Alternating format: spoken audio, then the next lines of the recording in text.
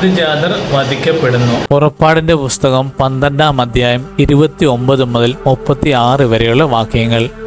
ആദ്യജാതർ വധിക്കപ്പെടുന്നു. സിംഹാസനത്തിലിരുന്ന ഫറവോ മുതൽ കാരാഗൃഹത്തിൽ കഴിഞ്ഞിരുന്ന തടവുകാരൻ വരെ ഈജിപ്തിലുണ്ടായിരുന്ന എല്ലാവരുടെയും ആദ്യജാതരെ അർദ്ധരാത്രിയിൽ കർത്താവ് സംഹരിച്ചു. കന്നുകാലികളുടെ കടിഞ്ഞൂലുകളും കൊല്ലപ്പെട്ടു. ഫറവോയും അവൻ്റെ സേവകരും ഈജിപ്തുകാർ മുഴുവനും രാത്രിയിൽ ഉണർന്നു. ഈജിപ്തിൽ നിന്നും വലിയ നിലവിളി ഉയർന്നു. കാരണം ഒരാളെങ്കിലും മരിക്കാത്തതായി ഒരു വീടും അവിടെ ഉണ്ടായിരുന്നില്ല. ഫറവോ രാത്രിയിൽ തന്നെ മോശയെയും അഹ്റോനെയും വിളിച്ചു പറഞ്ഞു, നിങ്ങൾ എൻ്റെ ജനത്തിൻ്റെ ഇടയിൽ നിന്നും പോകുവിൻ. നിങ്ങളും ഇസ്രായേൽക്കാർ മുഴുവനും നിങ്ങൾ പറഞ്ഞതുപോലെ പോയി കർത്താവിനെ ആരാധിക്കുവിൻ.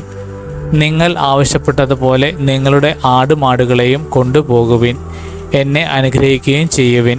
കഴിവതും വേഗം ഈജിപ്തിൽ നിന്നും കടക്കാൻ ഈജിപ്തുകാർ ജനത്തെ നിർബന്ധിച്ചു.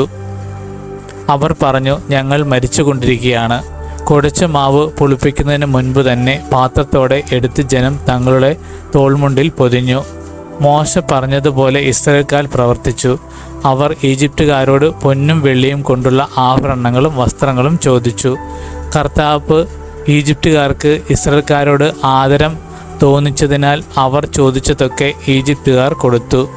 അങ്ങനെ അവർ ഈജിപ്തുകാരെ കൊള്ളയടിച്ചു.